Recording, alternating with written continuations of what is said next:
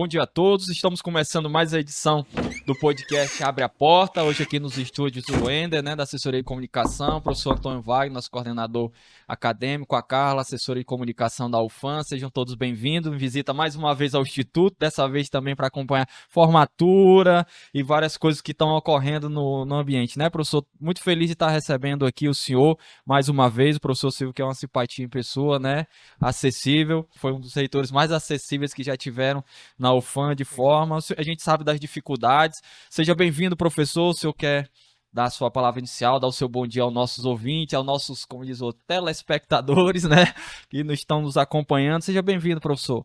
Obrigado, William Rafael, é um prazer estar aqui no podcast Abre a Porta, e eu tenho certeza que será um momento muito enriquecedor, não só para quem vai nos assistir, nos ouvir, mas também para nós, graças à qualidade do nosso entrevistador. Agradecer e aí dizer o professor Silvio é o nosso reitor, exercício, está aí já no final do seu 8º ano, professor, como reitor, tem feito muita coisa. A gente sabe que a batalha é difícil, eu que estou na cadeira de gestor, sei exatamente como funciona, o senhor tem um trabalho mais dobrado que a gente, porque a UFAM é multicamp, centenária, a gente sabe das dificuldades. Professor, a presença gigante da UFAM no Amazonas tem melhorado a qualidade de ensino, claro, junto com outras universidades, mas a UFAM é pioneira. Tem sido pioneira desde sempre, o nível de pesquisa, o nível de ensino, de qualidade, de investimento, mesmo diante de tanto corte e tantas dificuldades. No desafio acadêmico hoje, professor, nossa primeira pergunta vai no sentido assim, como o senhor consegue, hoje como gestor, lidar com essas dificuldades geográficas? A UFAM hoje é multicampo, nós temos Presidente Figueiredo, Maitá, Parintins, Coari, Benjamin Constant, todos muito distantes. Como é que o senhor consegue hoje fazer essa ginástica para que a UFAM, com pouco recurso, porque a gente sabe que beira quase 1 bilhão agora para a LOA de 2025, ainda está faltando aprovar, mas a gente sabe que disso aí só 1% é para investimento, o resto é tudo, 81% para folha e outras coisas. Fique à vontade, professor, para a gente tratar sobre esse tema. O estado do Amazonas, ele representa 18% do território nacional. Essa sua grandeza, ela também denota um desafio e uma oportunidade. Porque quando nós conhecemos mais o nosso estado, nós vamos perceber que não existe um Amazonas homogêneo. Você tem uma diversidade de Amazonas dentro do estado do Amazonas. Então, por exemplo, aqui na região do Alto Solimões, você tem predominantemente uma floresta tropical bastante exuberante. Certo. Do avião a gente vê, e também nos nossos rios. Mas a semana passada eu estava em Humaitá, no sul do Amazonas. Lá não é essa vegetação, lá nós temos cerrados. Isso. Já o início dos cerrados, então são campos naturais naquela região. Então é diferente daqui, e também lá a fronteira do agronegócio que avança. Hoje a questão da logística em Humaitá é a questão no porto, para fazer intercâmbio com Porto Velho e também pela hidrovia do Madeira, que é o único rio que faz a conexão direta entre o Centro-Sul, o Rio Amazonas e dali o Oceano Atlântico e talvez o Pacífico, se pegar o Canal do Panamá. Então você veja que há uma diversidade muito grande. Se a gente chegasse, por exemplo, a falar de São Gabriel da Cachoeira, você vai ver lá que 90% da população é indígena, e há também um culturalismo muito forte. Lá as pessoas se denominam pelas suas etnias, a presença indígena é muito forte. Lá nós atuamos hoje com o mestrado na Sociedade de Cultura e vamos construir um campus, porque perante o MEC hoje nós temos 5 unidades acadêmicas e um campus avançado de São Gabriel. Temos um terreno, mas vamos fazer a construção, começar a licitação ainda no primeiro semestre. Então veja que o desafio amazônico ele é bastante interessante para nós.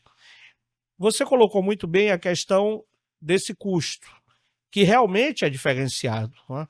Então, por exemplo, uma empresa que ganha uma licitação para fazer uma obra em Benjamin Constant, ela vai ter um custo diferenciado dessa mesma empresa se ganhar em Manaus, para fazer o mesmo prédio. Porque você sabe que os prédios são padronizados, sim. Mas os custos não são padronizados. Mas o prédio é padronizado. Exatamente. Então, tem aí uma questão que precisa ser muito bem colocada, muito bem verificada, E é claro que toda uma análise em torno disso é importante, principalmente por conta dos órgãos de controle, porque quando eles fazem uma análise sem essa consideração, e você vê preços relativos a maior, então é necessário que precise de uma explicação, porque o mesmo prédio, que em Manaus ele tem um valor, em Benjamin Constant tem outro valor. E é claro que nós sabemos a resposta pela nossa realidade aqui. Em relação ao orçamento,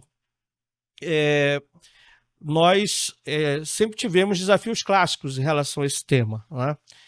Mas eu sempre procurei, mesmo nos momentos de maior dificuldade, exemplos de momentos de maior dificuldade, bloqueio orçamentário. Sim. Porque a diferença do corte e do bloqueio. O bloqueio o recurso existe e ele está aprovisionado. Certo. Quer dizer, não pode haver mobilidade do recurso, mas ele existe, mas ele está bloqueado. Trava tudo, né? Esse é um. O corte não, o próprio nome já diz tudo. Existia X e passou a existir Y. E aquele X não retorna. Então você tem que trabalhar com Y. Então essa é a diferença do corte e do bloqueio, não é? Então, mesmo nos momentos de maior dificuldade que nós enfrentamos, nós nunca paramos. Não há, William, nenhum ofício que eu assinei, ninguém da minha equipe assinou dizendo assim, olha, desliga o ar-condicionado. Não há, não há. Eu digo isso com muita satisfação, porque o que é que nós fizemos? Nós procuramos olhar o orçamento, verificar aonde era possível nós remanejarmos, e assim fizemos, não é? Para que não houvesse nenhuma paralisação de nenhuma atividade, seja de ensino, pesquisa, extensão, pós-graduação. Nenhuma foi paralisada. Mas fizemos remanejamento? Sim, nós fizemos remanejamento. Então, por exemplo, uma prática de campo que estava prevista para acontecer no mês A e B, ele foi reprogramado para o mês C e D. Por quê? Porque naquele momento do A e B, nós não tínhamos orçamento para, naquele momento, acontecer aquela atividade. Então, nós fizemos esse remanejamento. Então, isso é fruto de um trabalho de planejamento, né? E é claro que existe dificuldades, mas penso que o papel do gestor é buscar superar as dificuldades. E eu tenho certeza que é isso que todos nós coletivamente temos buscado fazer. Qual é a vantagem de ser gestor com muito recurso, né, professor? É porque, assim, às vezes, o pensamento das pessoas diz, é fácil ser gestor com muito recurso. Você testa a capacidade de um gestor quando você tem pouco recurso e muitos afazeres, né? Então, você precisa otimizar o recurso público, né? Gerar eficiência na máquina pública e você precisa ter uma boa equipe, né? A equipe vai nos ajudar, porque a gente sabe, eu sou gestor, o senhor também está bem acima, né? A hierarquia tem mais complexidade, a gente sabe todo dia. Eu até digo, a gente conversava aqui, a gente ainda consegue dormir à noite porque a gente tem a consciência tranquila, né? Mas os problemas às vezes não tiram sono. Essa é a verdade com o gestor, porque é normal, o gestor que deitar e só dormir sem nenhuma preocupação, me desculpa, mas não é gestor. Não tem como você não viver, pertencer, né, ao cargo em que você está hoje. Você precisa se envolver de coração, né? Você precisa se envolver como gestor. Então a gente tem esse amor pela UFAM, como o senhor tem, eu tenho e os outros servidores têm. Claro que a gente encontra dificuldades em todas as partes, não é? Em todas as partes a gente vai encontrar dificuldade. A equipe está sempre azeitada? Não, não é sempre. Para isso, nós temos a liderança de um gestor. E aí, professor, eu sei dessas dificuldades geográficas, porque a gente vive nisso diariamente, né? O senhor, mais do que eu, viaja, participa com o MEC, de balanços, reuniões, conversa com o presidente da República e tem levado esses apelos da região, né? Principalmente da UFAM, no que tange a recurso. Eu digo porque eu já vi algumas matérias, presenciei algumas reuniões.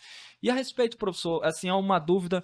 Nós temos dificuldade em fixar servidores na região de fronteira, aqui. A gente sabe, se eu ver junto com a Carla, com o pessoal que aqui está, né, para fazer uma visita, a gente sabe da dificuldade. Você imagina que o senhor tem 5 milhões para passagem diária, né, dentro da sua despesa, e a Universidade de Brasília tem 5 milhões também para diária de passagem. Só que lá tem o modal rodoviário, né, o ônibus é mais barato, um avião tem ponte aérea, né, e o senhor veio para cá uma passagem média aqui, quando o tempo tá bom é R$ 1.000 e pouco. Quando o tempo tá bom, né? Depende do humor da companhia aérea. Quando tá ruim, às vezes, o senhor sabe, a gente chega a pagar 4, 3, 4, 5 mil para vir resolver. E aí, professor, que entra essa dificuldade do auxílio fronteira, a gente está tão distante. Como é que está isso dentro da universidade, na questão de legislação federal? Porque eu lembro que também, eu falo ao ouvinte, ao telespectador, que não é só querer.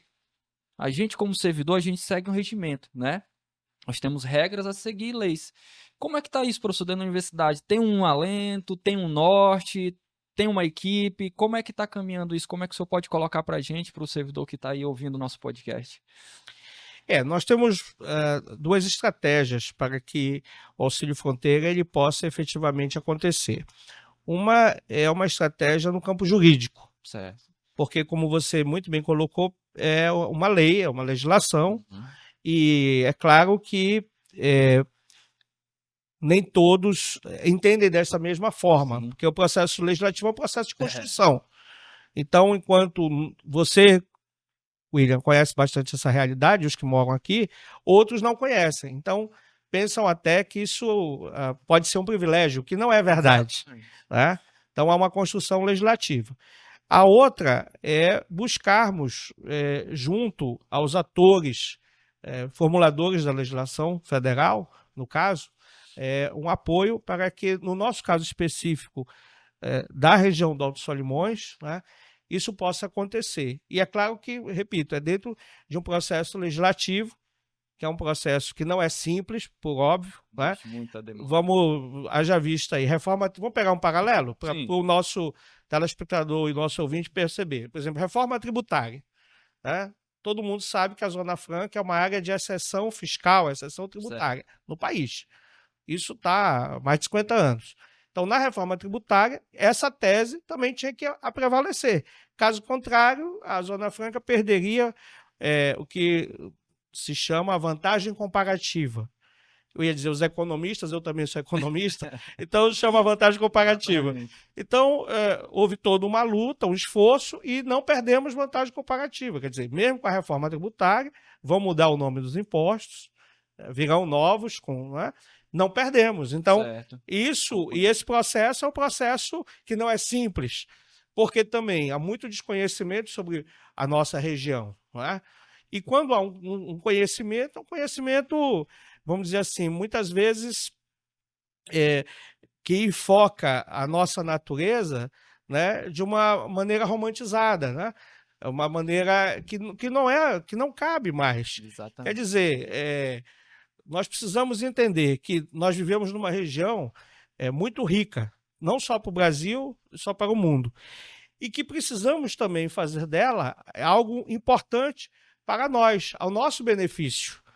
Né? Existem países no mundo que têm uma ou duas riquezas e são países prósperos. Né? São países prósperos. Vou dar um exemplo, o Chile.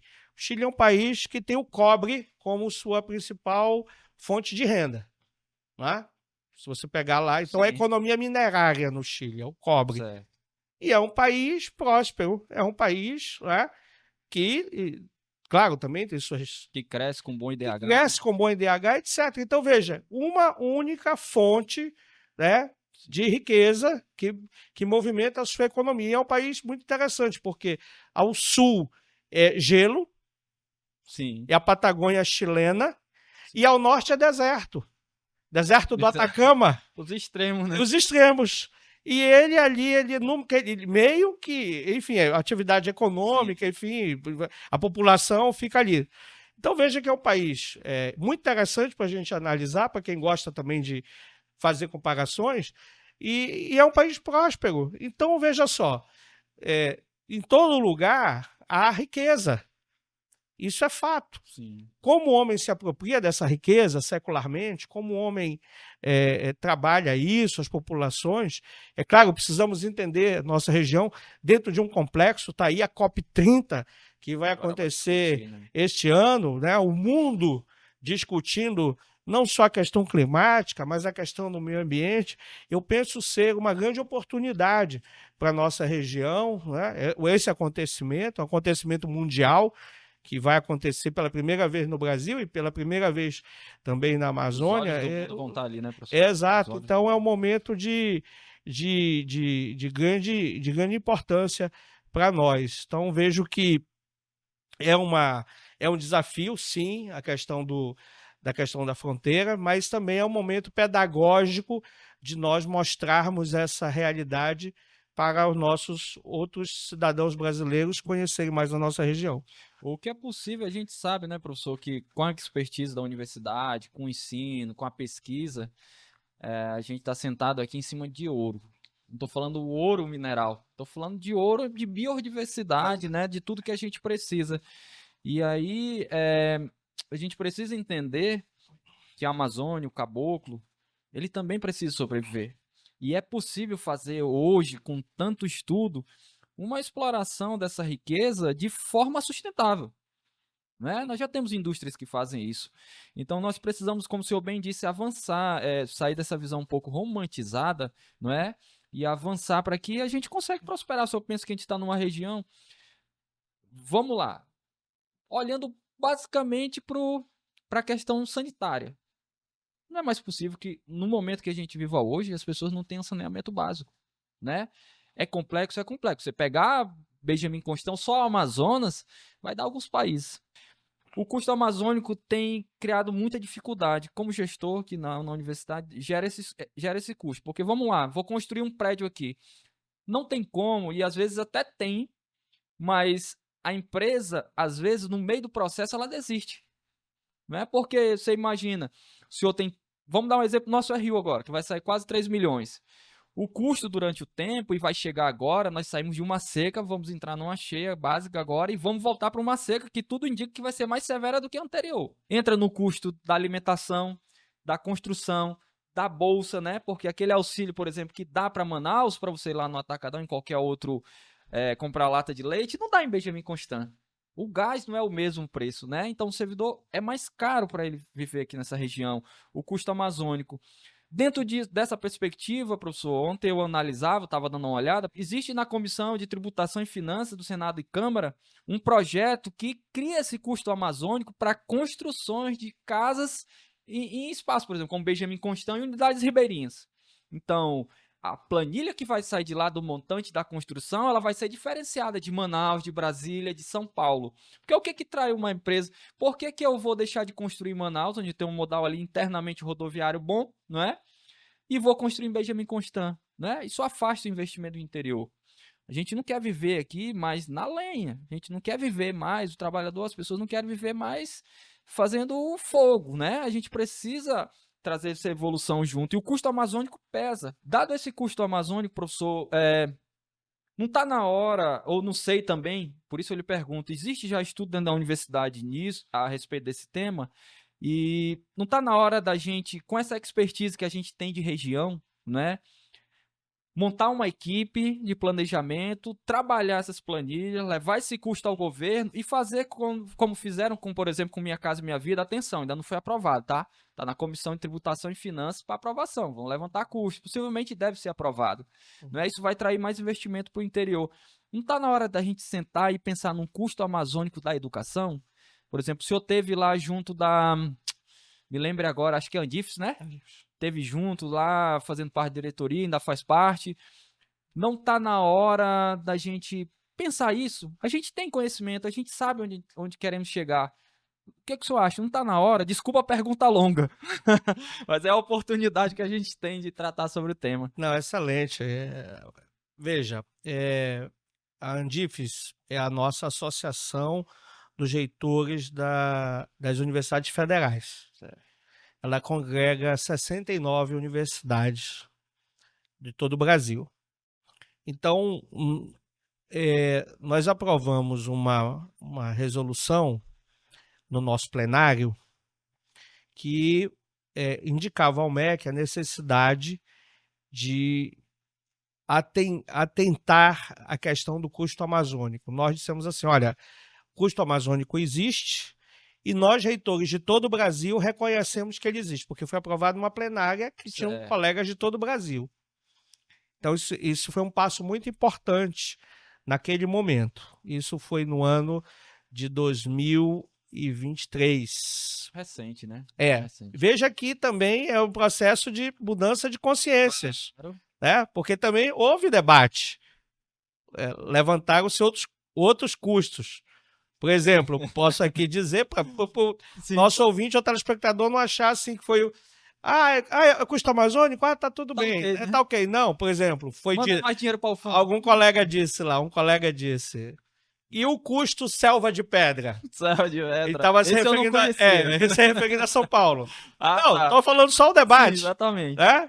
Foi dito lá. Apareceram os custos, né? E o custo selva de pedra? Porque aqui eu faço isso. Teve isso no debate. Só para ficar claro. Não estou aqui questionando o meu colega que disse na época, Eu né? imagino a pressão, professor, sem querer interrompê-lo para agregar o debate. Eu imagino a pressão do senhor. Quantos reitores são da Amazônia? 12. 12. Aí, total 65. Como é que a gente fica nessa história? Pois é, então foi um processo. Né? Vocês entenderam? Entendi. Então, assim, alguém disse, e o custo selva de pedra? Só para o telespectador Sim, entender. sim, sim. Então, começaram a surgir outros conceitos de custo ao longo ao longo das narrativas de colegas dos demais estados e regiões, né? E que foi bom, foi um salutar debate. Eu achei muito salutar. Mas a nossa tese vingou. Né? Foi aprovada a nossa moção, ela foi aprovada na plenária, que para nós foi muito bom. E o que aconteceu depois dessa aprovação? Que essa moção vai encaminhada para o MEC oficialmente, com uma decisão plenária. Certo. O que aconteceu depois? Quando o MEC rodou no ano seguinte, não naquele ano mais, não dava mais tempo, enfim. Mas no ano seguinte, a matriz, que ele chama matriz Andifes para as universidades. Por que ele chama matriz Andifes? É bom explicar isso. Porque lá atrás, Andifes, que representa todas as universidades, discutiu com o MEC, isso faz muito tempo, né? Uma matriz para rodar o orçamento das universidades, com vários indicadores. Certo. Com vários indicadores. Então, toda vez que o MEC roda o sistema dele para alocar recursos para as universidades, ele roda num sistema chamado Matriz Andifes. Esse nome podia ser outro nome. Para nós trazendo para cá mesmo uma matriz OCC. Exato. Divisão de Exato. Aí ele chama Matriz Andifes. Se você chegar no MEC, ele vai dizer isso. A gente roda na Matriz Andifes. Muito bem. Né? E nós conseguimos incluir nessa Matriz Andifes 10% de custo amazônico. Conseguimos incluir. Agora, você pode me argumentar, bom, professor, mas como é que eu não percebi ainda? É porque como o orçamento ele ainda está em recomposição, certo. é como a subida do rio, né? Tem que ser Estava gradual, tão seco né? que quando começa a subir, era para subir 10 centímetros, subiu 20, você não percebeu porque Sim, foi de 10 para 20. exatamente. É diferente de estar na cota máxima e você diz assim, subir, e subiu mais um metro. Sim. Aí você passa a visualizar. Sim, exatamente. Então foi rodado já com esse valor. É claro que nós gostaríamos que fosse mais, não tenho dúvida, se você me disser isso. É claro. Não tenho a menor dúvida. Tem que Agora, ser gradual. já foi um avanço Sim, incluir sim. essa questão. Agora, também haverá um debate, eu não sei se ao longo desse ano, e há reitores que pensam assim, meus colegas pensam assim, que é necessário rediscutir a matriz Andifes. Não em relação ao custo amazônico, não é isso que eu quero dizer aqui, tá? Entendi. Há necessidade de A matriz em si toda, da matriz toda. Por exemplo, vou dar um exemplo muito claro. Qual o peso da EAD hoje na matriz? Vamos supor, se é um peso pequeno, muitas universidades estão avançando em EAD. Então, nesse momento, em tese, é necessário calibrar o aluno de AD dentro da matriz, que muito provavelmente hoje é um peso pequeno porque ela foi feita há muitos anos atrás. E acaba gerando um custo alto também, porque tem um custo alto. Não, porque exato, porque o que acontece? Quanto mais aluno você tem, e se você não recebe na proporção de aluno, você acaba tendo que fazer essa cobertura desse custo, né? E é claro que essa discussão ou rediscussão, ela é importante, né? E também tem o time do que quando isso vai acontecer, isso é um processo interno. Só para vocês terem ideia, em 2013, 2014, a Andifes criou um documento chamado Lei Orgânica das Universidades. Só meio que a lei orgânica do município. Lei Orgânica. Aí, esse documento existe, William, mas nunca foi para um debate mais amplo, mas ele existe. O que é que diz lá, tá, nesse documento? Por exemplo, ele defende que as universidades teriam uma similaridade com o modelo de financiamento das universidades do Estado de São Paulo. Só para o nosso ouvinte ou telespectador entender. O estado de São Paulo tem 3 grandes universidades. Sim. Estaduais. Certo. A Universidade de São Paulo, a USP, a Universidade Estadual de Campinas, a Unicamp. Onde o senhor fez seu doutorado? Foi lá? Fiz lá na Unicamp. Pois é. E a Universidade Estadual Paulista Júlio Mesquita Filho, que é a Unesp. Tem 3 universidades do estado de São Paulo. Como é que o Estado financia essas universidades? Ele destina 1% da arrecadação do estado de São Paulo para as universidades. Perdão, 1% é FAPESP, a Fundação de Amparo. 1%. Certo. 9,5% da arrecadação paulista para as universidades. Ok? Que no fundo, esse 1%, né? esse 1% volta. Retorna. Sim, porque elas que pedem lá. Sim. Então, assim, como o estado de São Paulo é o estado que mais arrecada no país, até porque é a maior economia, 9,5% lá é um bom dinheiro. E quanto mais arrecada, entendeu? Então, assim, mantém as universidades. E se eu agregar 1% da FAPESP, que também muita coisa volta para as universidades, como projetos, como equipamentos, como uma série de coisas, então você tem aí um bom valor, que é importante. Então, o que ocorre? Independente de quem seja o governante, isso é uma lei no estado de São Paulo. Isso não muda. Então, esse valor... política de Estado, né? Exato. Né?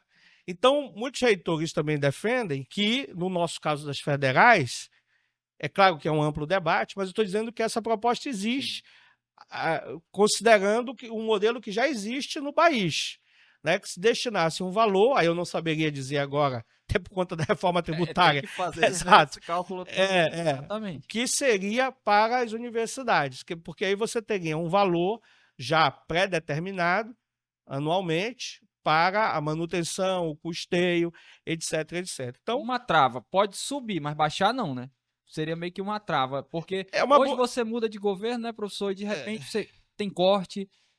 Claro que tem uma dinâmica da economia, né, do país. Sim. Mas eu acho que retroagir ou cortar da universidade é perigoso, porque é a universidade que é a fonte de formação. Né? Veja bem, vamos falar de folha de pagamento. Pessoal ativo, inativo e pensionista. Né? O inativo é o aposentado e os pensionistas são aqueles que dele tem seus dependentes. Era 81% só do orçamento já é isso. Você lembra que no Covid surgiu uma fala que iam reduzir o salário das pessoas? Não sei se você chegou a ouvir isso. Eu acho que circulou algo parecido por aí. Lembra disso? No WhatsApp. Pois é. Eu achei essa ideia um absurdo, para dizer o mínimo. Até porque ninguém pediu que aquilo acontecesse. É um absurdo. Não tem condições, né? Então, como é que você vai punir as pessoas que não... Né? Enfim. E uma coisa eu digo a você, nós, naquele momento, os alunos sabem disso, nós mantivemos todos os nossos auxílios. Sim, Mantivemos todos os nossos auxílios em plena pandemia aos estudantes, porque nós entendíamos que eles eram tão vítimas quanto as demais pessoas. Então, não é porque não tinha atividade, ele teria que ser punido com o não auxílio. Ao contrário, fizemos exatamente ao contrário, né? Naquele momento. Então, veja, eu penso que a folha de pagamento, essa folha, ela não haverá impacto sobre ela. Sim. Nessa modelagem. Né? Até porque as pessoas têm um direito sobre ela, individual e coletivo. Então, não haveria. Mas o impacto seria, nessa flutuação que você coloca, seria no investimento e no custeio da folha, da máquina. Né? Essa flutuação existiria, mas a manutenção de pagamentos ela não teria mexido. Anteontem uma movimentação ali na frente da UFAM, já vi em vários jornais. Como é que está essa situação, professor? E aí vem uma preocupação que acendeu a luz vermelha, eu não sei como é que está essa briga, porque eu li uma matéria de que foi cortado aquele bônus de 20% para os alunos, não foi para estudante. Eu vi que também que parece que o STF chancelou, né, esse corte. Como é que está essa briga, professor, esse fronte? Será que... Quando é que as pessoas vão parar para entender que a gente precisa tratar as pessoas? A gente não quer privilégios. Nós não estamos em busca de privilégios. Nós estamos em busca de oportunidades, né? De equidade. Como é que você vai tratar uma pessoa no vestibular, e aí as pessoas dizem, ah, mas não é questão de inteligência, é questão de oportunidade. Você veja, no estado de São Paulo, você tem, milhares de emissoras. Rádio, TV, internet, né? Sempre chegou primeiro lá, da geografia mesmo das coisas. E aí eu fico pensando, eu que conheço esse interior, nós que andamos nesse interior, o professor Wagner com frequência está aí, NC itinerante, o senhor que conhece também, dado, como o senhor disse, os extremos, São Gabriel da Cachoeira e tudo. Como é que fica a situação para esse estudante? Não adianta, as pessoas vão dizer, professor, que é igual, o ensino de São Paulo não é, as condições não são as mesmas, as oportunidades não são as mesmas, né? Você olha a Atalaia do Norte, tem o terceiro pior IDH do Brasil, Benjamin Constant deu uma melhorada. Eu falo numa região de modo geral, porque eu conheço a realidade da Atalaia do Norte. Nós temos a questão indígena do Vale de Jafari, as dimensões continentais. Será, professor, que isso as pessoas não conseguem enxergar isso? Será que é justiça? Eu digo aqui um apelo ao STF, às lideranças, aos políticos. Quando é que a gente já gritou socorro? Quando é que vão socorrer a gente? Bom, primeiro dizer que a UFAM, quando adotou a bonificação, ela manifestou claramente que ela é a favor exatamente desse procedimento nos processos. Tá? E usamos desde 2015 para cá em todos os nossos certames. Tá? Pois bem, o que é que houve do ano passado para cá? Houve, primeiro, decisões da Justiça Federal, decisões em alguns estados, que ensejaram, então, a partir dessas decisões pontuais, que afetaram algumas universidades, na época, dentre elas a nossa, no passado. Nós conseguimos, né, argumentar na época e houve uma reversão da decisão. Então, não é que nós ficamos inertes. Ano passado, se for lembrar, nós fizemos um recurso à decisão do magistrado, não me recordo aqui, mas, enfim, houve a reversão naquele momento, né? Dentro da ordem jurídica, claro. Mas o que aconteceu do ano passado para cá? Houve uma decisão do Supremo Tribunal Federal. Então, isso mudou todo esse cenário, evidente, né? Então, quem acessou o SISU, em nenhuma universidade federal pôde se usar qualquer forma de bonificação. Nenhuma, porque tinha um link para isso próprio. Isso não foi exclusivo da UFAM. Não. Em nenhum, todas. Quem acessou, viu lá, não havia nenhuma possibilidade em nenhuma. Então, não foi uma questão da UFAM, foi uma questão que o próprio MEC, havia pareceres do MEC, enfim, que seguia a determinação do STF. O que eu disse, então, naquele momento, a própria imprensa que nos procurou, né? Certo. Eu disse o seguinte, que, claro, tinha que seguir a determinação, por óbvio, do Supremo Tribunal Federal. Lei né? A gente obedece, né? Exato. Mas que nós criaríamos uma comissão, liderado pela Pró-Reitoria de Ensino de Graduação, na pessoa do professor Davi Lopes, que é o nosso pró-reitor, para que esta comissão se debruçasse sobre o tema e apresentasse para nós, né, nos próximos meses, não para esse certame, porque ele já, inclusive foi anunciado hoje o resultado. Né, desde ontem, hoje já foi anunciado o resultado. Então, esse certame está encerrado. Para que nós pudéssemos, então, discutir à luz da legalidade e à luz dos nossos processos. É bom que se diga que não temos esse como um único processo, né? Para que a gente pudesse, então, buscar, na medida do possível, uma alternativa. Outras universidades vão discutir também internamente, isso será normal. Muito provavelmente na Andifes haverá uma discussão também. Mas a gente já avança fazendo a nossa para ver qual caminho nós vamos seguir em relação a esse tema. Lembrando que nós somos a favor da bonificação, isso fica claro, porque pareceu em algum momento que nós éramos contra. Não foi, né? É ao contrário, pegar os documentos você vê que está aprovado em colegiado superior. Eu próprio tive que fazer uma nota esclarecendo isso. A UFAM criou, como é que a UFAM poderia ser? Exatamente.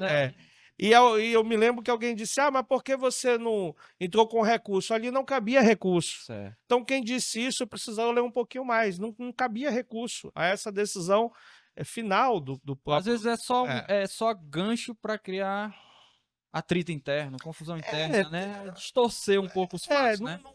se coubesse o recurso, evidente Certeza que que eu a UFAM teria teria feito. entrado. Até porque todas as vezes que há uma decisão que impacta sobre nossa universidade e que cabe recurso, nós sempre agimos dessa forma, independente do tema, sempre. Claro que a justiça tem seus prazos, Claro. mas nós nunca nos abstivemos disso. Eu nunca tive esse problema, sempre fui lá, né, buscar dentro do ordenamento jurídico. Mas, enfim, então houve essa notícia que nós não cabia recurso, Uhum. né? Mas, é claro, vamos fazer toda uma discussão interna, a própria, sobre esse tema. Criar um novo instrumento, né? Quem sabe, verificar a possibilidade jurídica, né? Eu realmente aí tem especialistas, tem expertise Sim, no exatamente. tema, que devem ser ouvidos, né? Vamos ouvir também outras experiências. Chamar a bancada para conversar também do Amazonas. Tem muita coisa que ainda é possível a gente fazer. Eu acredito que vai dar certo. A gente torce para que a gente torce sempre pelo melhor, né? É Afinal, claro. nós somos o fã. Professor, também dentro da complexidade do multicamp, que é a UFAM, multicamp, nós temos essa dificuldade imensa mesmo, né? Dessas distâncias continentais. E aí é uma coisa que a gente sempre ouve, e aí eu me faço aqui voz dos outros, né? Porque eu tô tendo essa oportunidade de entrevistá-lo, da gente ter esse diálogo sempre muito bom, muito franco. Eu já tive várias oportunidades de a gente conversar, né? Claro. O professor Silvio sempre foi muito aberto ao diálogo, isso aí a gente não pode negar, sempre foi de conversa, sempre foi de diálogo. Isso é bom para a universidade, isso é muito bom. E aí, professor, a gente vem para a questão do multicamp, mas também vem para essa questão dessa necessidade. Eu vou dizer, claro, eu sei que sua assumiu a gestão, está há 8 anos, são muito frontes. Você tem que, como diz assim, a arte da guerra, a gente tem que comprar uma guerra por vez, né? Não dá, não dá para sair brigando com todo mundo ao todo tempo. Isso exige paciência que às vezes as pessoas não compreendem, né? A gente como gestor sabe disso. As pessoas, mas por que não faz isso? É porque tem que ser uma guerra por vez, né? Porque senão a gente acaba perdendo tudo, todas as batalhas, e a gente não quer. Não é como gestor, a gente tem uma outra visão, uma outra mentalidade. A gente ouve a comunidade, quais são as prioridades. E aí, professor, tem também uma necessidade hoje entre servidores. Eu sei que pode mudar, vai passar 1000 reitores aí, a universidade vai continuar e ninguém vai fazer isso perfeito. Todo mundo promete a perfeição, mas não existe.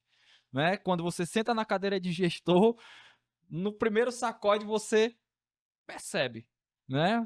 Opa, eu acho que a pessoa cai a ficha e diz, pera lá, isso aqui não é assim, né? Como as pessoas pensam. E é claro, é papel da sociedade cobrar, né? É papel dos servidores. Como é que tá essa questão?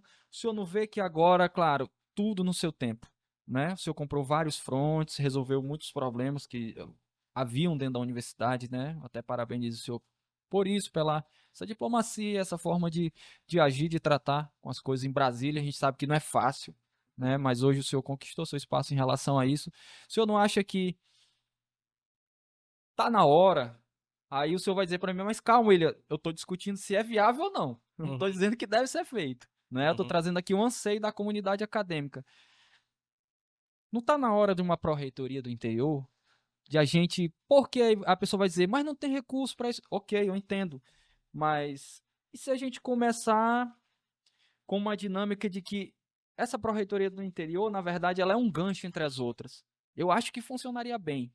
Mas, claro, isso é uma questão de gestão. O senhor está lá em cima, sabe como é essa questão de orçamento, de recurso, de votação, de botar em plenário, de passar em Consune, Consad. O senhor sabe mais do que eu sobre isso.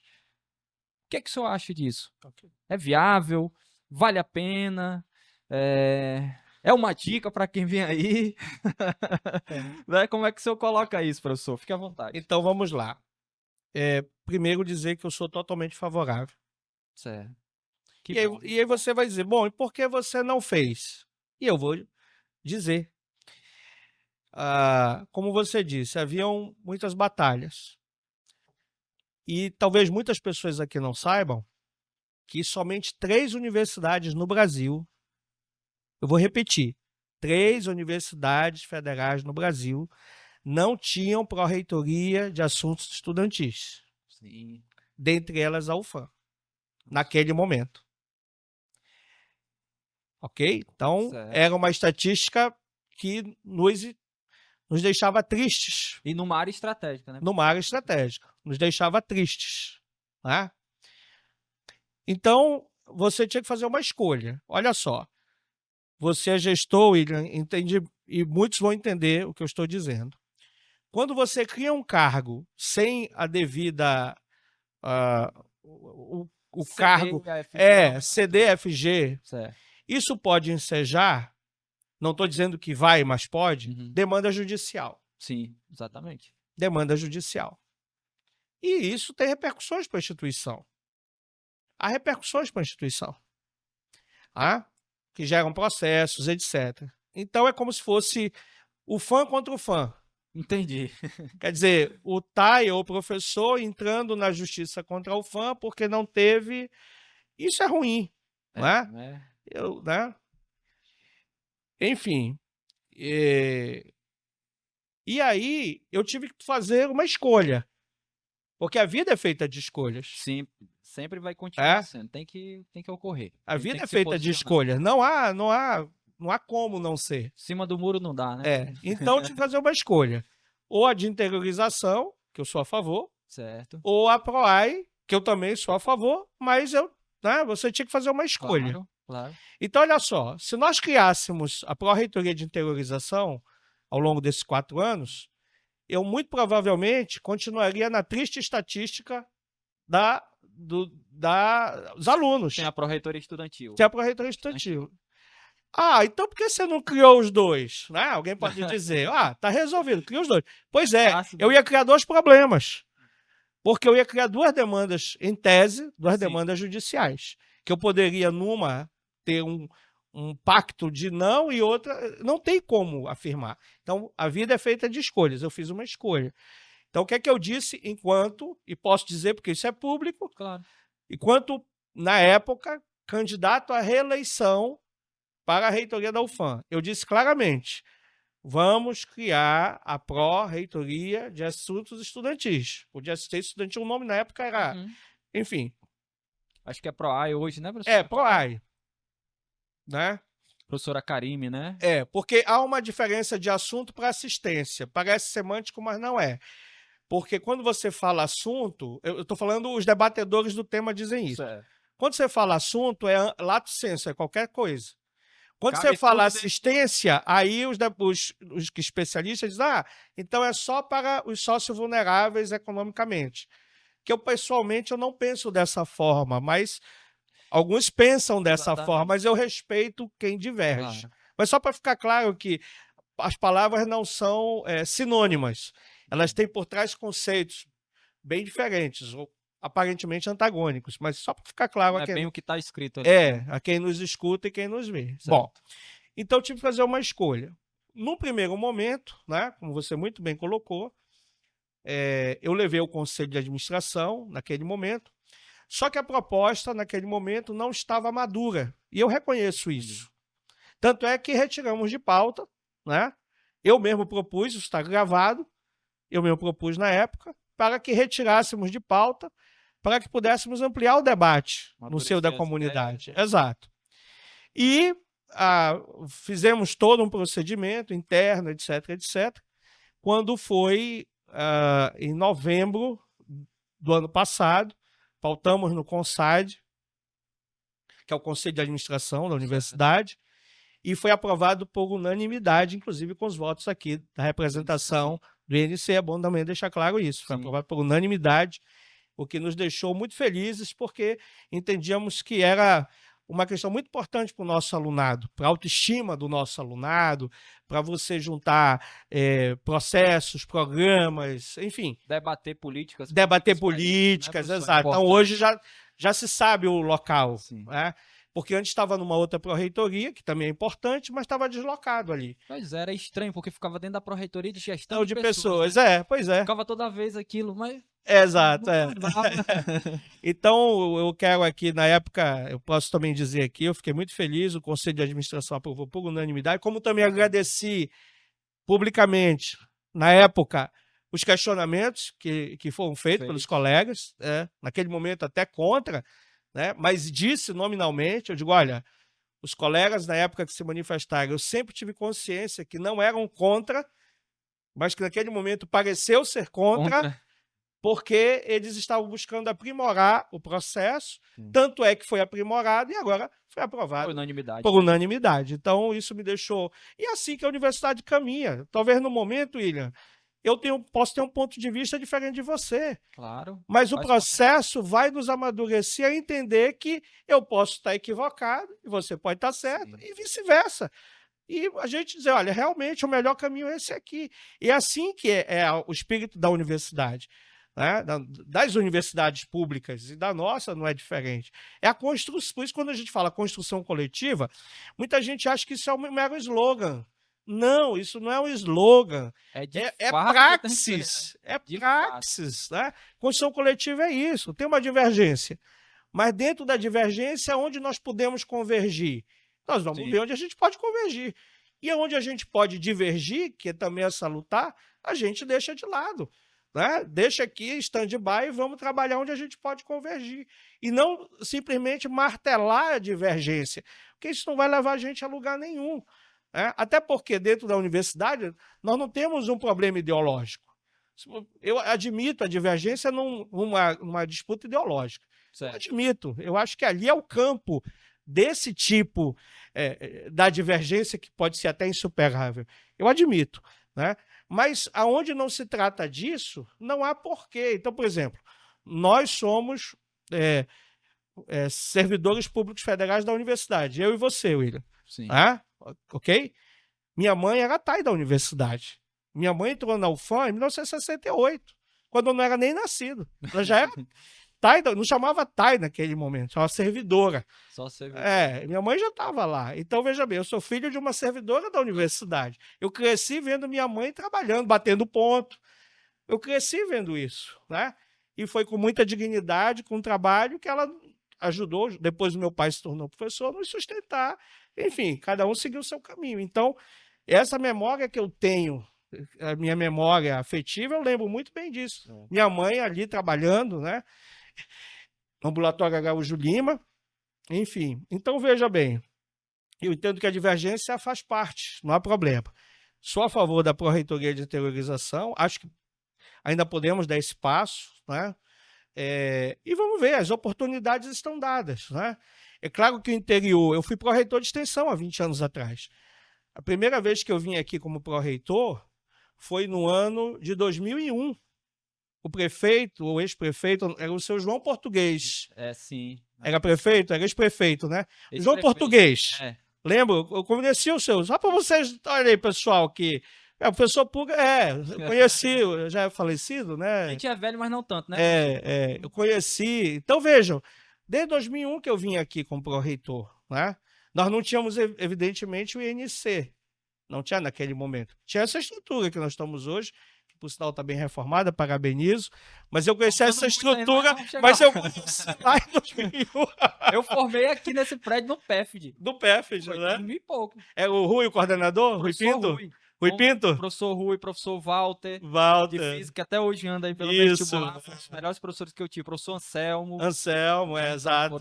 Então, esses professores, foi bom você citá-los, né? Isso é importante dizer, William, até pela memória da nossa instituição. Foi bom demais, época boa. Quando nós não tínhamos as unidades acadêmicas, né? Os cursos de matemática, de física, de química, né? As licenciaturas também, letras fez a parte dele, geografia, história, educação física, as licenciaturas, biologia, se organizaram e foram para o interior, até antes do PEFD. Uma parceria governo federal, UFAM e município, né? Porque tinha uma cota da UFAM e o município não lembro quem estava a cota. E na época, antes da UEA, o governo do estado participava. Sim, exatamente. Exatamente. Então, veja, as licenciaturas se organizaram e foram para o interior. Né? Quando ainda não se falava muito disso. Né? Então se formou muita gente Muita no base, é interior. o que E você fortaleceu. lembra que era aquele sistema, passava 15 dias, Sim, voltava, exatamente. ia, voltava. Às vezes um moto de um mês de manhã e tarde É, de noite era... exato, exato. E foi assim que nós avançamos, né? E veja, nós formamos, com todas as nossas dificuldades, os professores que vinham com garra, com paixão, com dedicação, né? E a gente, vou dar um exemplo agora meu. Eu sou formado em economia. O professor Paulo Negreiros, que é da administração, levou esses mesmos cursos para o interior. Na modalidade, não podia chamar PEFD, porque não formava docente, Sim, exatamente. chamava PROING, Programa Sei, de Interiorização da Graduação. Era na modalidade PROING. O Paulo levou o curso. 2 turmas para Parintins. Hoje, vários tais em Parintins foram alunos dessa turma. Aqui muito, né? Eu ministrei aula lá, naquele tempo. Formamos em Parintins, formamos em Itacoatiara, Borba, Coari, nós formamos. Acho né? que foi a base, né, para o começo das E unidades, né? tem muita gente que faz parte da administração municipal nesses municípios que são egressos dessas nossas turmas, outros concursaram, outros, enfim. Então a universidade fez a parte dela, continua fazendo, é assim, avançando, etc. E penso que essa pró-reitoria, foi muito bom você colocar, ela é fundamental para nós. É um conselho certeiro para o próximo reitor, reitora. É ou não é? Olha, eu penso assim, olha só, vamos lá. Se eu for fazer uma linha histórica, né? Na gestão da professora Márcia Perales, foi criada a Pró-Reitoria de Inovação Tecnológica, a Protec. Protec, né? Protec. Foi criada na gestão dela e realmente foi importante naquele momento, eu faço aqui o registro. Na minha foi criada a PROAI. Sim. Né? Alguém vai ter que criar alguma coisa. Eu penso que necessariamente terá que vir uma outra, né? Sim. Porque a universidade vai evoluindo. Então, por exemplo, por que foi criada a Protec lá atrás, 2011?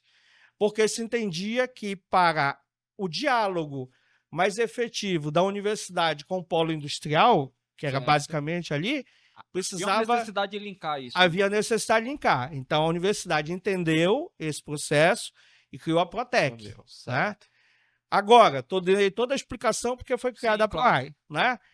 Precisamos outras? Precisamos outras. Não tem, e nem digo que só a interiorização, não quero nem avançar, porque... Mas, se você olhar outras universidades, já tem outras demandas, não menos importantes, Sim. que foram criadas outras pró-reitorias com outras denominações. Entendi. Então, olha aí. Aos futuros candidatos reitores e reitoras, né? Assistam a entrevista e prestem atenção no conselho, né? Quem tá falando aqui é o professor Silvio, né? Já tá 8 anos, 2 mandatos, né, professor? Já tá com o coração. Como é que tá o coração? Tá bom. Isso? Tá bom? Tá bom, tá bom. Vai dar uma pausa e depois quer voltar? Ou vai tirar um ano sabático e descansar? Olha, os alunos do curso, eles estão na ansiedade de me ter como professor.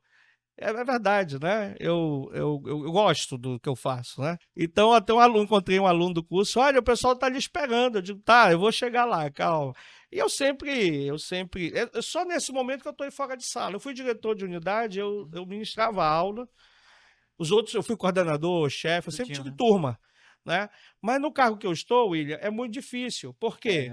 Porque primeiro, você não controla a sua agenda. Essa é a primeira questão. Qualquer hora entra no avião em Brasília. Qualquer hora é hora. Não há hora, né? Exatamente. E também a aula, ela exige uma responsabilidade. Sim. Todo um acompanhamento. Todo acompanhamento. Não pode ser... Então, assim, eu só por essa razão, eu no início até pensei, mas depois eu fui ver a agenda e tal, então realmente você não tem hora. Como é que fica esse diálogo com Brasília? Como é que fica esse diálogo com os parlamentares? E aí, professor, é uma verdadeira... Eu vou fazer uma analogia aqui. O senhor já viu aquela... Quando a gente era criança, e aí o senhor, claro, tem mais idade do que eu, era... a verdadeira piroada da porrada. Você sabia que eu jogava aqueles bombons e aí todo mundo pegava e vamos ver quem é o seu? E aí tem que ter um líder ali, uma pessoa para dizer, calma, pessoal, não é com estudo, olha, esse ano vai ser para um, né, esse ano para outro. E também disposição e humildade para chegar em Brasília, porque a gente sabe que não é fácil. Bater a porta de um ministro, um deputado, um senador, o professor Antônio Wagner mesmo já teve com a professora Marinete, né? Algumas vezes atrás de recurso. Aproveito aqui para parabenizar Nós temos essa questão, eu lembro que bem atrás, quando a gente assumiu, era uma demanda que o INC tinha perdido um recurso, que era da construção do RU, não pela UFAM, mas por toda a burocracia. Esse ano foi montado um grupo, nós conseguimos, eu estou lá como coordenador dessa TED, né? Isso aí. A senhora Marinette entendeu que eu deveria estar e o professor Wagner também coordenamos. Fomos o primeiro instituto a dar o ok, o parecer, o MEC aprovar tudo. Então, agradecer também a oportunidade, porque a gente sabe que isso não caiu do céu. Foi a articulação de gestão e a articulação do senhor em Brasília, com o pessoal pedindo todo dia.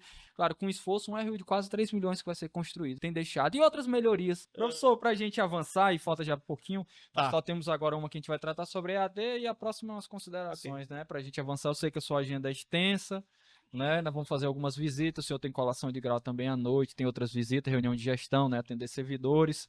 A gente sabe que é bem extenso, ainda tem que voltar também à capital para tratar de outros problemas por lá. Nós tivemos a pandemia. Eu vejo que de forma de cuidar do servidor, da questão, o trato, o cuidado, nós saímos nota 10. Eu acho que a UFAM teve o time certo, a gente organizou, tivemos o tratamento, né? Tivemos a questão da segurança mesmo, foi levado a sério. Felizmente, como todos os cantos, a gente sofreu baixas, né? Tivemos perdas e as coisas avançaram, né? Mesmo com tanta dificuldade. Sofremos. E aí, professor, vem uma pergunta que eu acho que não é só minha, são de várias pessoas. Sobre o EAD. Eu já ouvi dentro da universidade, a gente conversa como gestor com vários professores, diretores, pessoa que está mais na sala de aula. Eu estou mais na parte administrativa hoje como gestor. Então, é recorrente, principalmente no interior. Será que o EAD, hoje, nós temos recursos, eu digo recursos hoje tecnológicos, né? E a gente vai atrás dos recursos financeiros sempre. Nós temos mão de obra qualificada, nós temos bons profissionais, professores de todas as áreas. O que está faltando para a gente avançar no EAD? Por exemplo, já olhei algumas outras universidades federais, eu sei que, como eu disse desde o início, não está na hora de um plus no EAD da UFAM, não está na hora da gente repensar ali o EAD, porque as pessoas dizem, mas isso vai degradar o estudo. A gente já tem várias pesquisas que não. Claro que a gente não vai fazer de forma irresponsável, jamais. Eu acho que o padrão da UFAM, o padrão UFAM de qualidade tem que ser mantido no EAD, no presencial, ou seja lá onde for, porque é o selo UFAM, pesa muito. Se você pegar um certificado de qualquer aluno, qualquer pessoa aqui, estudou aonde? Na UFAM. Basta isso, né? Já é muita coisa. Não está na hora de a gente pensar nessa dinâmica, professor? A gente não atenderia. Eu vi que tem um EAD agora que está sendo coberto. Eu acho que é Santo Antônio, é isso? Abriu um macro, né? A gente até conversou outra vez no telefone sobre isso. Sim. Não está na hora da gente reestruturar isso, de repensar o FAM nessa parte de tecnologia, porque pessoal capacitado a gente tem. Um bom corpo docente a gente tem. Um bom corpo de técnico a gente tem. Eu acho que chegou a hora. Porque se Deus me livre e guarde, vier uma outra pandemia por aí, que a gente tá no mundo globalizado, né, professor? Qual o seu posicionamento em relação a isso? Como é que o senhor entende essa dinâmica? Se tá na hora mesmo de um plus? Bom, o professor João Vitor é o nosso diretor do SED, e ele é uma pessoa que tem o entusiasmo necessário para avançar o SED. Eu nunca tive dúvida disso, né? Certo. Então, assim, então o que eu digo da EAD? Eu penso que é um processo. Eu fiz toda essa introdução, Rafael, para o pessoal entender um pouco as dinâmicas, né? Porque às vezes acho que é só uma caneta, né? Não é. Então, assim, eu penso que esse é um tema que ele precisa. E esse tema está na Andifes também, viu? Na própria MEC. Esse tema não tá ainda. Tá vigente lá. Tem uma discussão aí no próprio MEC, na própria Andifes, etc. Né? Não é mais possível ignorar essa questão. Isso é ficar claro. Né? Tipo assim, olha, eu não quero discutir, para mim não existe. Né? É impossível. Isso é impossível. O que precisamos ter é como fazer, o modus operandi, e fazer com o que você falou, com o selo da qualidade. Para mim, esse é o grande debate. E não é ser reativo e dizer não, porque quem diz não está negando a própria realidade. Tá? Então, a Exatamente. questão é essa. Agora, claro que você vai ver no debate pessoas totalmente contra. Faz parte do debate, né? Vai existir Sim. no debate. Não vamos ter dúvida disso. Tá? Mas isso é natural, isso faz parte do processo de construção. Né? Mas hoje eu penso que o grande debate da EAD, estou falando das universidades públicas, das federais, é fazer e o como fazer.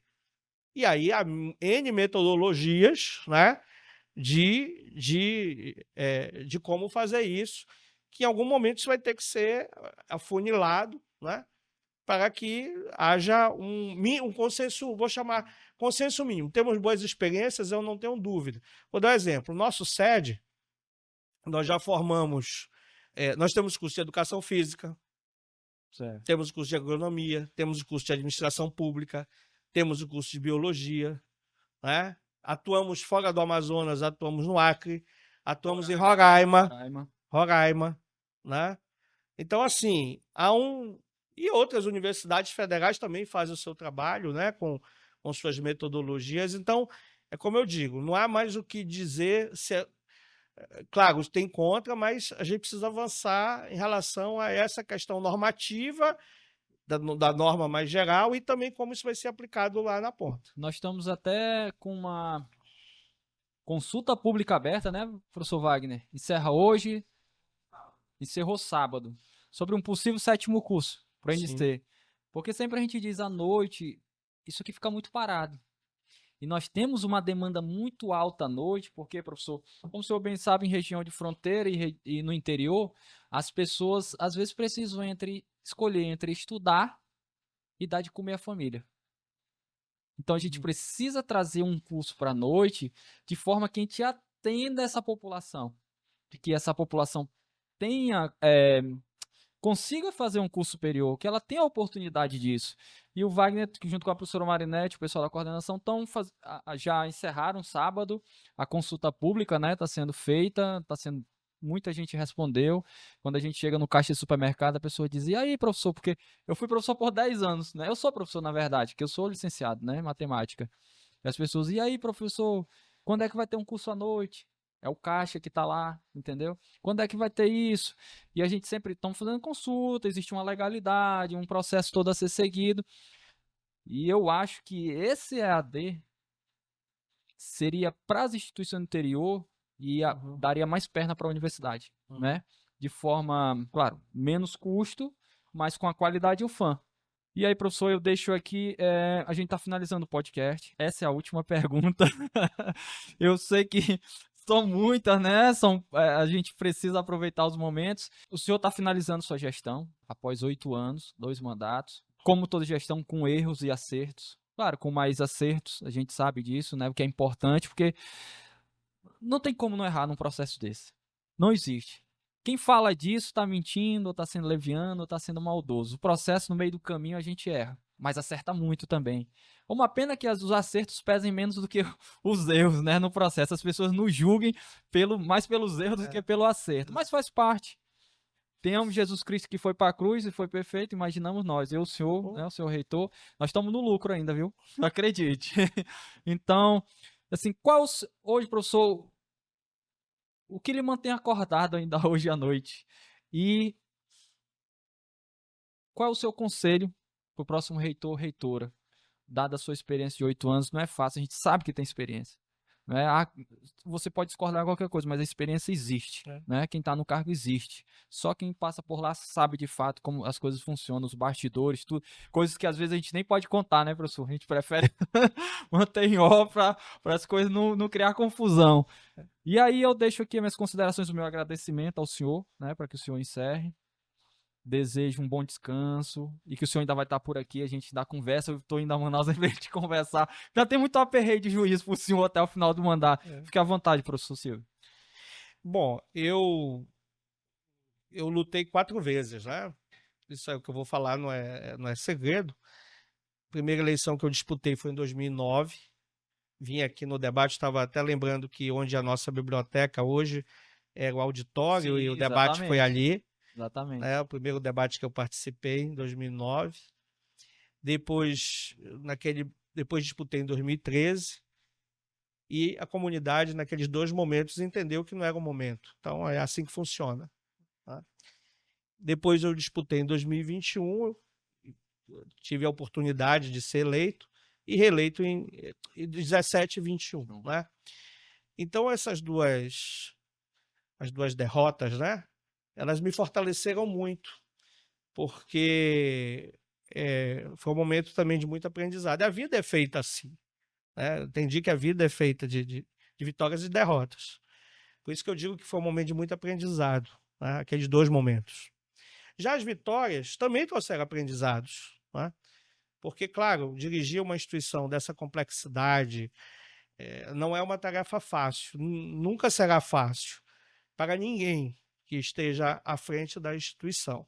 Mas o que eu diria, seja ao colega ou à colega que é preciso ter dedicação plena ao cargo. Vou dar um exemplo muito trivial, né? Por exemplo, meu celular institucional ele fica ligado 24 horas. Vez ou outra, domingo, me ligam. Aconteceu um problema em tal lugar. Né? E eu ajudei a resolver o problema. Falei com atores externos à instituição e nós resolvemos o problema. Né? Vou dar um exemplo simples. O ônibus que atolou num ramal lá no estado de Roraima, no município tal. Aconteceu. O motorista me ligou.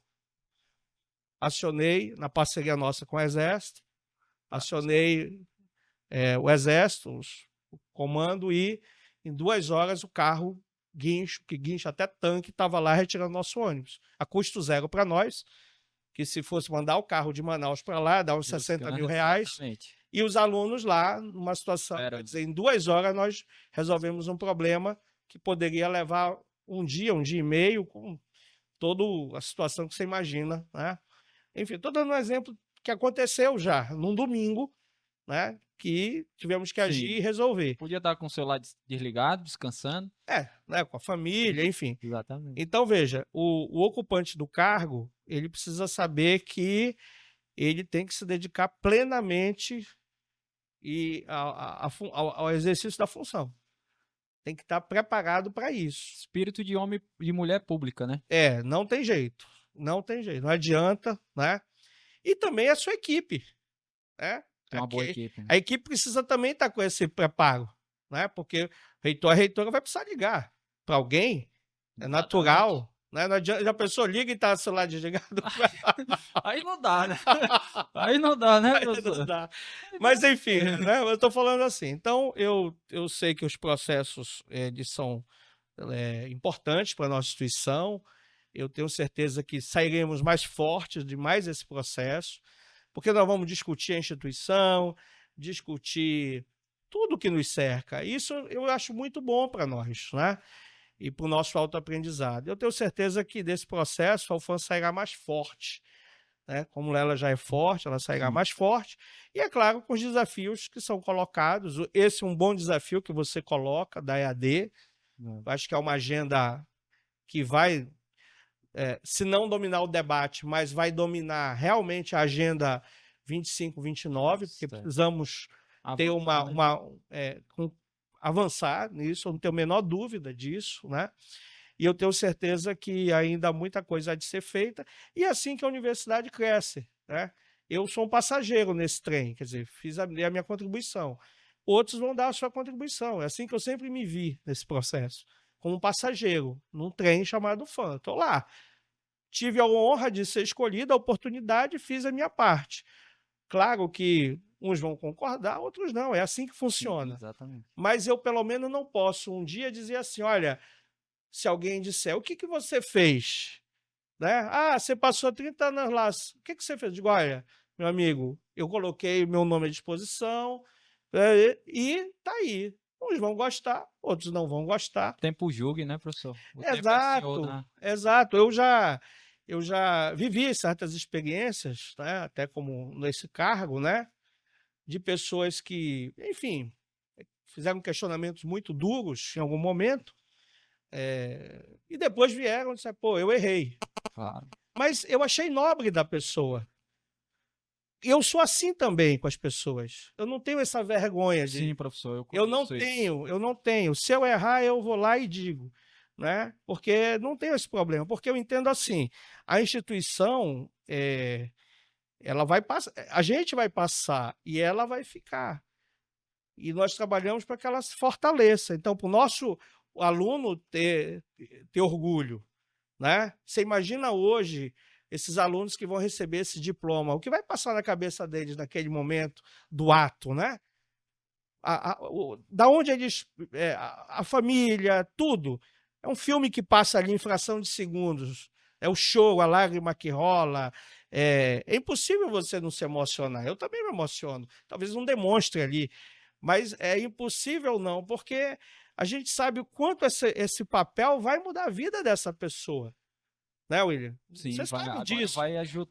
Agora é uma outra estrada, né? É uma outra percurso. estrada, vai mudar a vida dessa pessoa. Então, quando a gente luta lá para que o aluno tenha um subsídio de R$ 700, né? Para que ele tenha direito a comer. Não é fácil. Não é fácil. Ou você acha que quando eu tomei a decisão interna, eu só recebi aplauso? Não, tem que. Evidente que não. Não.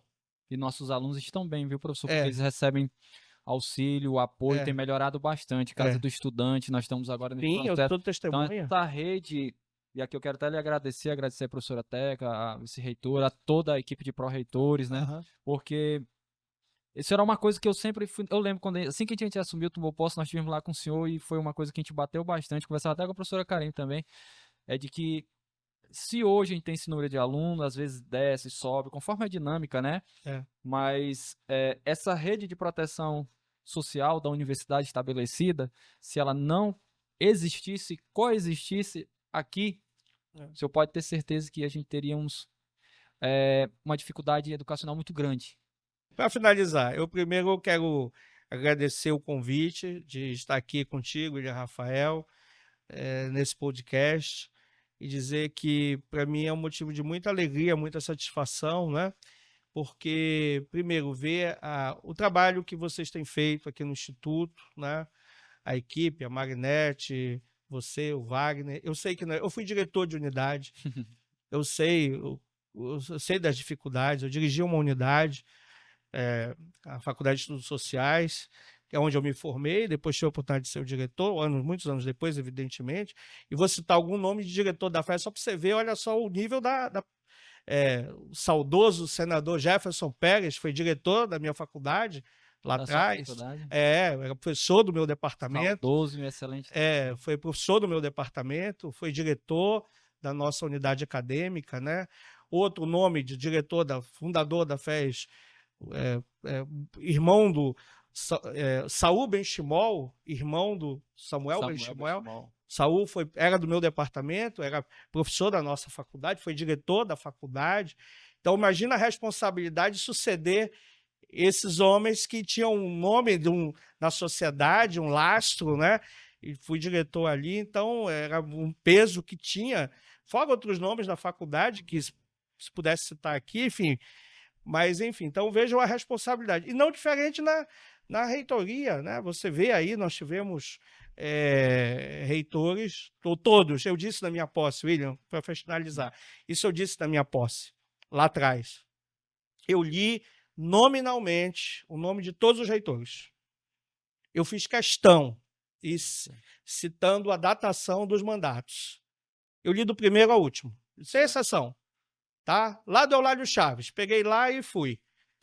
Fui e disse, todas essas pessoas, todas, sem exceção, tenho convicção de que fizeram o máximo pela nossa instituição. Cada um a seu momento. Que cada momento é um momento. E disse isso, cada um fez o máximo. Agora chegou a minha vez de buscar fazer o máximo. Foi o que eu me dediquei. Mas eu tenho convicção que todos que passaram ali, né, cada um com o seu estilo, também tem isso, mas buscaram fazer o máximo pela instituição, porque realmente não é uma situação fácil. Então, eu fico muito feliz de estar aqui hoje em Benjamin, fazendo essa colação, juntamente com vocês, e dizer que eu saio daqui mais fortalecido, né? Mais assim, energizado, né? Para que a gente possa cumprir a nossa missão. E veja, meu mandato termina dia 1º de julho, mas eu continuo professor. Não é que eu. servidor, né? Né? Me chamando aí para um projeto, viu, vai? Virei com o maior prazer aqui. Não é que eu vou. Agora ganhei reitor, vai viver. Não, eu continuo como pesquisador, continuo atuando, né? Fazendo o que eu gosto de fazer. Não, eu penso agora dar uma descansada. Mas assim, eu continuo a ajudar a formar pessoas. Claro. Você entendeu? Por exemplo, eu não vou citar nomes porque eu não quero ser injusto. Sim, é muita gente às vezes. Mas, William, em vários locais estratégicos do nosso estado, eu tenho ex-alunos. Eu tenho ex-aluno, secretário de Estado atual, já tive outros, atual, tenho secretário, meu ex-aluno, tanto do Estado quanto do município de Manaus. Tenho ex-alunos. Não quero citar nomes para não ser injusto aqui, mas nos vários locais estratégicos tenho ex-alunos e, graças a Deus, pelo nosso trabalho, tenho o respeito, eu me trato com muito respeito, com muita... Por quê? Porque eu sempre dizia a eles o seguinte na sala de aula, eu digo, olha, vocês vão ser meus futuros colegas. Eu estou aqui ajudando a você, ajudando, né, aspas, né? Trabalhando porque você vai ser meu colega de profissão. E eu quero te ver bem por isso. Então, nunca fui aquele professor de dizer assim, ó, seu aluno, entendeu? Eu sempre vi o aluno como meu futuro colega. O desejo do professor é ver o aluno melhor. Exatamente, né? Aí é o sucesso. Então, enfim. Então, assim, onde eu encontro meus ex-alunos, sempre falo, né? Enfim, é a vida. Mas, William, terminando de verdade, eu quero parabenizar e dizer que eu estou à disposição. Muito obrigado. Parabéns aí pelo podcast Abre a Porta. Esse é o nosso 2º episódio. Opa, estou honrado. Estou honrado. Podcast parabéns. Bem assistido. Então, pessoal, nós vamos ficando por aqui. Agradecemos a audiência, tá? Qualquer dúvida, os links vão estar de tudo que a gente citou, vão estar na descrição, não é? As memórias, a gente vai fazer todo o apurado na descrição do vídeo. Eu quero agradecer a todos, professor Silvio, que Deus lhe abençoe, que conceda muita felicidade, muitos anos de vida, que o senhor possa ter o seu descanso, o seu trabalho, né? E quero agradecer na oportunidade do senhor como reitor, ter ajudado também o UNC a avançar e tem feito essa escuta, a gente tem aberto esse diálogo.